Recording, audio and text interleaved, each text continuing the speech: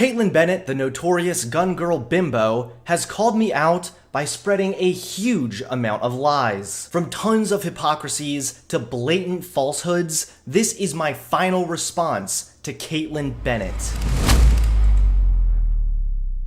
Hey there everybody, Hunter Avallone here, and welcome back to another video. It appears I've been called out once again. That's right, Kaitlin Bennett, the woman with an IQ at room temperature, is lying about me to her followers. Well, I'm tired of the lies, so here's my response. Let's skip forward over all the "this guy is irrelevant" BS and get to the meat of the video. He started his channel in 2014, making stupid, run-of-the-mill videos about memes and pop culture at a time when videos like this were all the rage. But then the 2016 election came along, and Hunter saw an opportunity to get political for easy views. First off, Kaitlin claims that I only started my political content to get popular off of YouTube. Later, she accuses me of never even holding these beliefs in the first place. Yeah, apparently I just made weekly conservative content for 3 years, spreading things that I just don't believe. I just took tons of heat from everyone and a bunch of mainstream outlets because I just wanted to get clicks. Even more so, Kaitlin Bennett shows a clip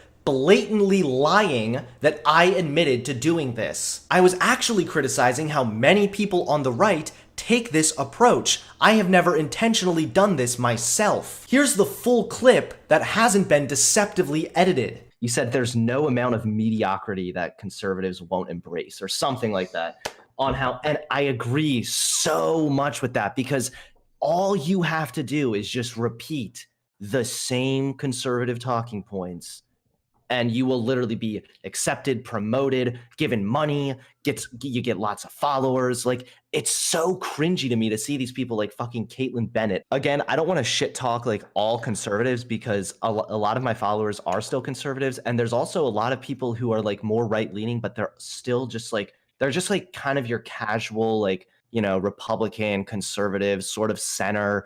But like, for a lot of people on the right, all they see is they're like, a girl, she's pro-gun, and she's interviewing, haha, dumb liberal, libtard wrecked. Yeah. And that's just enough to like subscribe, like, comment, here's some money. Like, it's so cringe. She then proceeds to claim that since my audience started to get tired of my videos constantly bashing the libtards, I started to lose money and thus compromised my beliefs to gain more acceptance. Ironically, the opposite is what happened. My channel was doing quite well when out of the blue it got banned for 7 hours. Originally, I did think this was conservative censorship, and I've been very public about that as well. Back in 2017, I was banned from Twitter, and I've been banned ever since.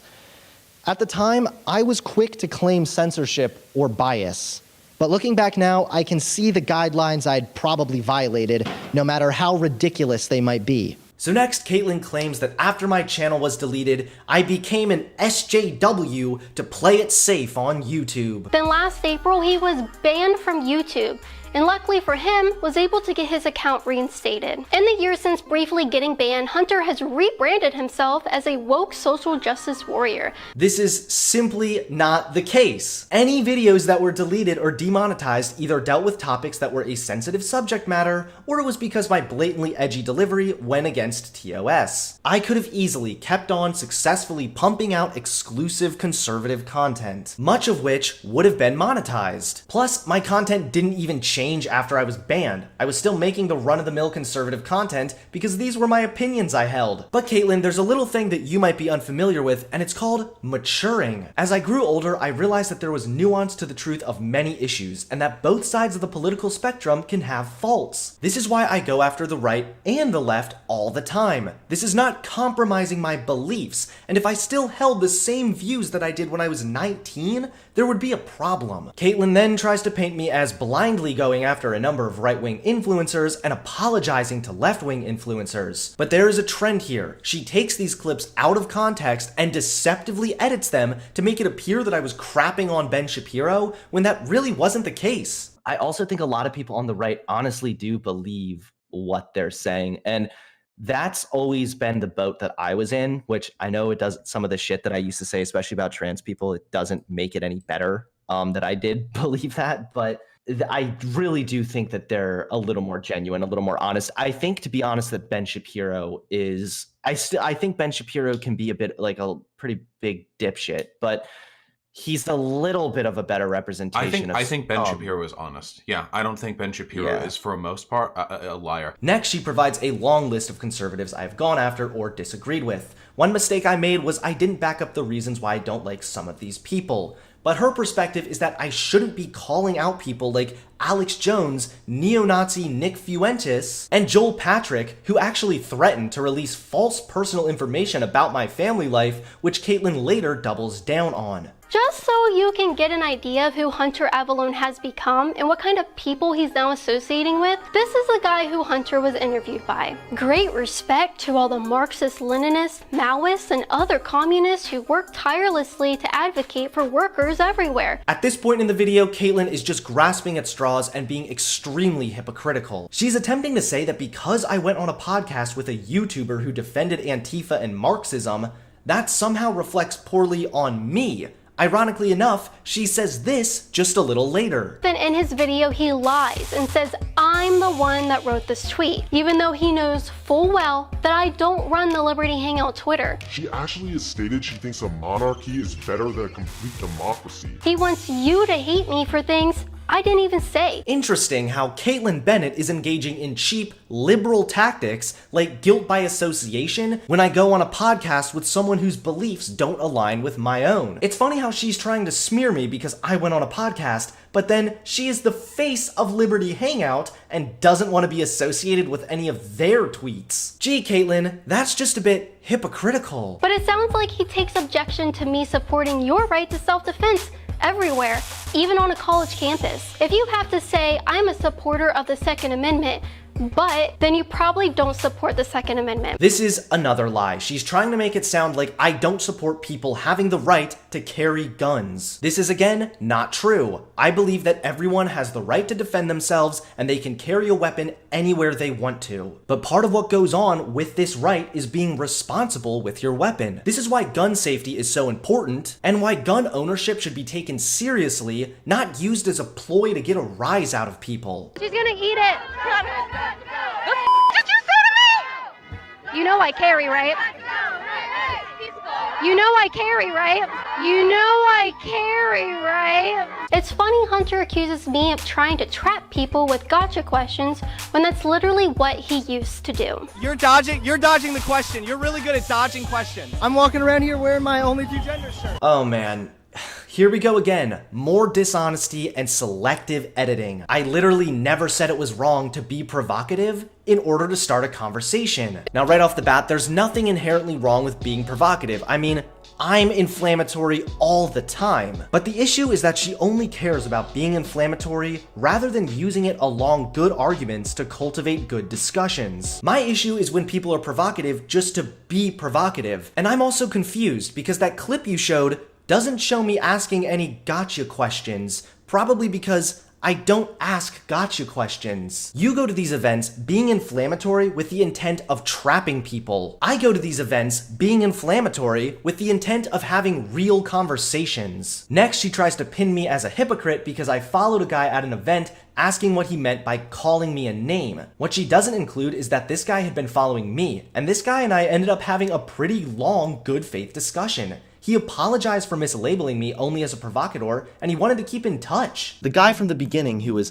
cursing at me and making threats actually came back to apologize. He seemed to make a real effort to actually have a real conversation, and he genuinely seemed upset for the way he had behaved and reacted beforehand. He actually turned out to be not such a bad guy. I wanted to apologize, and I didn't want it to be videotaped, not because I wasn't wrong, but because I don't want you to think that I'm trying to save face. Okay. Can we have a human conversation 101? It's funny how Kaitlin didn't play any of this clip. She then proceeds to try to defend the clips I called her out on. She tried to say the lady who told her to be quiet was later harassing her, but it was a completely different person. Next, she completely shoves all of my critiques of her under the rug, defending the clip where she argues with the British leftist, saying that I didn't dissect enough of the video. Ironically enough, she completely ignores me calling her out for lying to this British leftist about London being the murder capital of the world. You guys ban guns and you are the murder capital of the world. That's insane, isn't it? This is false. This isn't like accidentally fudging some numbers. No, this is objectively false. London isn't even on the list of cities with the highest crime rates. Repeatedly ask for the textbook definition, even though it's pretty irrelevant to the overall discussion, she'll do it. No, Hunter, it's not irrelevant. If someone is going to accuse Trump of being a fascist, they should be able to define it. Again, Kaitlin is lying, trying to say that I said the definition of fascism is irrelevant. Did she forget that he actually gave her a relatively good off-the-cuff definition of fascism? No one has the Webster definition of any word memorized, and I was making the point that her doubling down asking for the textbook definition rather than engaging with the actual arguments was a cop-out.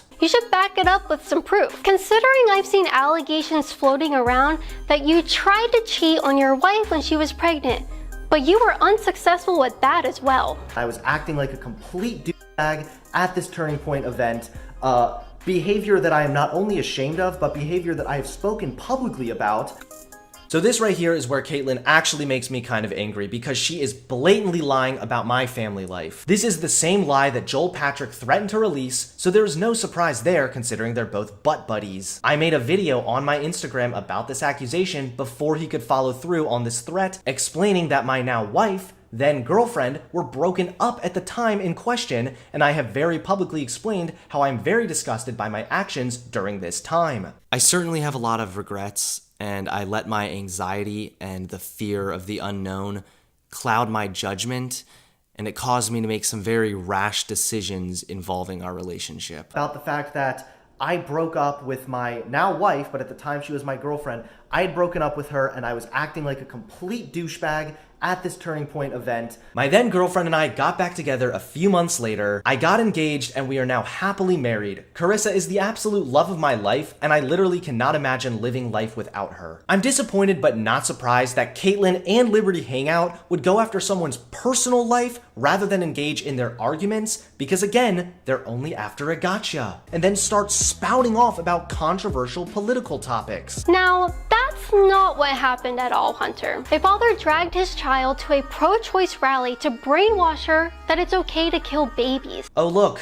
Kaitlin is lying again. I'm not sure why you're saying this is a pro-choice rally when it's actually the Women's March. You said it yourself. At a women's march, you just said you would murder me. She excuses her actions when she went up to a child to talk to them about abortion by saying this child's father was politicizing the child already by bringing the child to the march. And he won't address why a father is dragging his little girl to political rallies, making her hold signs. A father bringing his child to a political rally is wrong, but it's no excuse to further bring that child into politics, especially on camera. Kaitlin has proven once again that she will lie to prove her own agenda. She dodged multiple legitimate criticisms and relied again on cheap gotcha tactics and selective editing to try and smear me. I will no longer be engaging in this video back and forth, but Kaitlin, if you're so tough, let's set up a time that we can debate.